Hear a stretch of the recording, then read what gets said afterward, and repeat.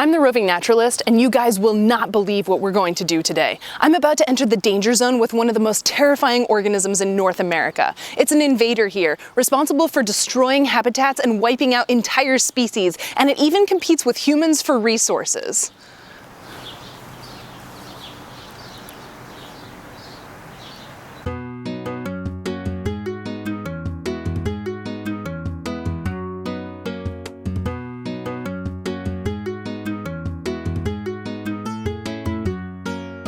But seriously, lawns are bad news, and they've been in the news quite a bit recently. It looks like people might be waking up to the horrible reality of the green spaces surrounding our homes. A lot of these articles and their clickbaity titles try to sensationalize the problem of lawns, calling them the largest irrigated crop in the US. That's not exactly true as far as I could find while researching. The United States has devoted approximately 63,000 square miles, or land area the size of Texas, to lawns, which works out to about 40 million acres. Unfortunately for the authors of these articles, though, the US has about 92 million acres of land in corn production, so corn still wins in terms of the largest single crop. But this is not meant in any way to minimize the problem of lawns. 40 million acres is still a huge amount of land to devote to a crop that we can't eat or use for anything, and we devote a ridiculous amount of water, chemicals, time, and other resources to maintaining our lawns. And if we added in the land that's covered in lawn grass that isn't surrounding people's homes, things like cemeteries and golf courses,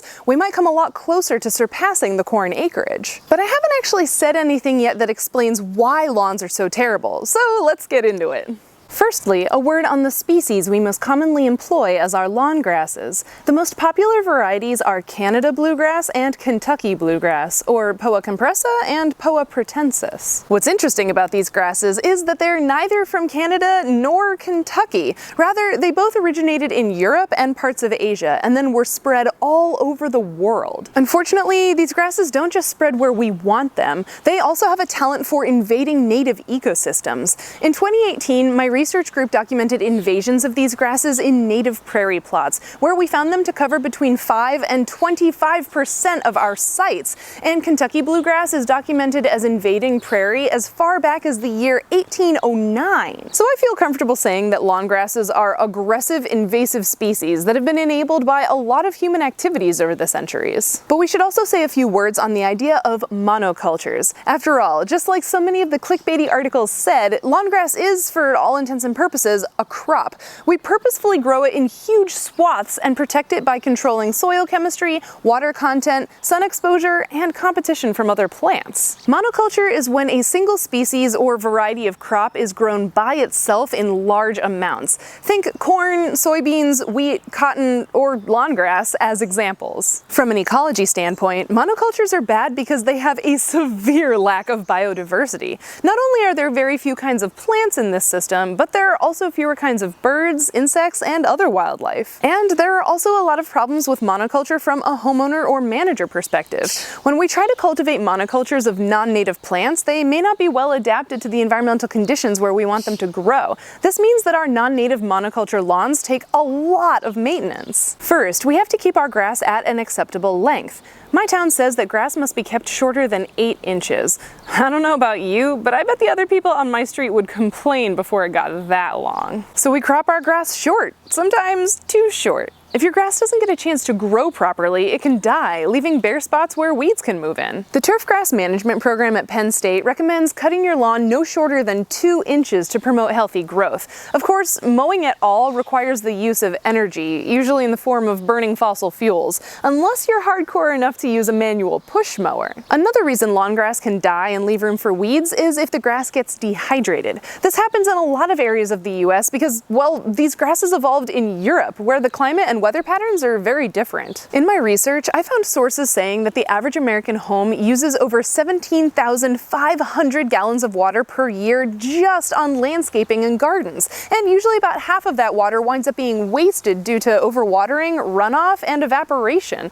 This amount of unnecessary water usage is extraordinarily problematic, especially in areas of the country where water is a limited resource. The most painfully ironic part about all of this lawn watering is that it might be killing your grass. That's because repetitive light watering, like having automatic sprinklers turn on every night, can actually weaken the roots, resulting in a die-off of grass and intrusion of weeds. Experts say that watering your lawn less frequently but with greater intensity simulates natural rainfall and will result in a healthier lawn. But what can you do if you didn't water your lawn enough, or you live in a climate where grass doesn't grow well and you wind up with a dry, brown lawn?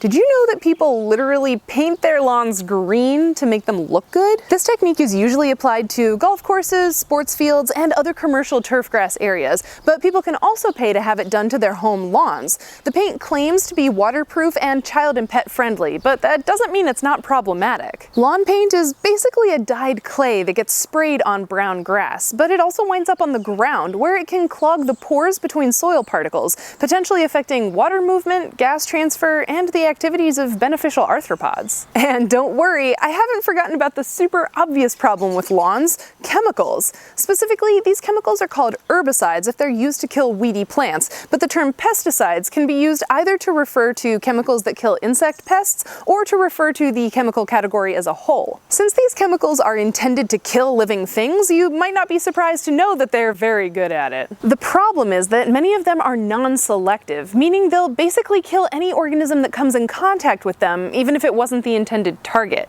That means that if you use a pesticide on your lawn to kill crabgrass or insect pests, it could also kill native plants, beneficial insects, birds, or even fish. How could it kill fish? Well, because these chemicals are applied to the surface of your lawn, they can be washed off in rainstorms. Many of these chemicals are made to be water soluble so that they're easily ingested by their targets. Both pesticides and fertilizers that homeowners apply to their lawns can be present in huge amounts in rainwater runoff and can contaminate drinking water supplies, kill aquatic organisms, and cause algal blooms that can lead to dead zones. In a lawn care survey that I've linked down below, approximately 77% of people applied herbicides or other chemicals to their lawns. Overall, Americans use around 90 million pounds of herbicides on their lawns every year, which is more per acre than conventional agriculture uses. On the bright side, many people do seem to recognize that applying pesticides and fertilizers to their lawns can have a variety of negative impacts on the environment, but they don't often act on this knowledge. So why do we value lawns so much? The idea of lawns has a long history that started where else? In Europe.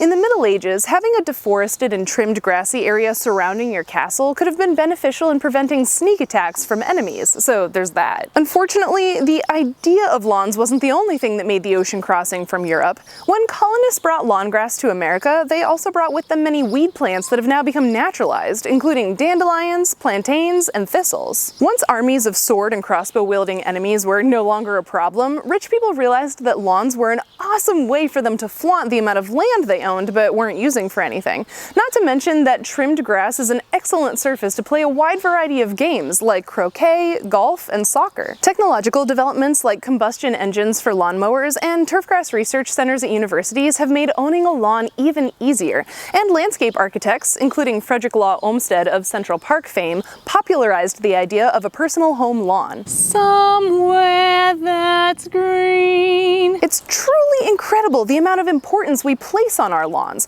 We base a portion of our property values on them, and our neighbors complain if the grass gets too high or we allow noxious weeds to grow. Fun fact, someone in my neighborhood complained about weeds growing in my yard. They were actually in a garden. And when the town inspector showed up, I had to explain that my milkweed plants are good for butterflies and are not weeds. Teachable moments.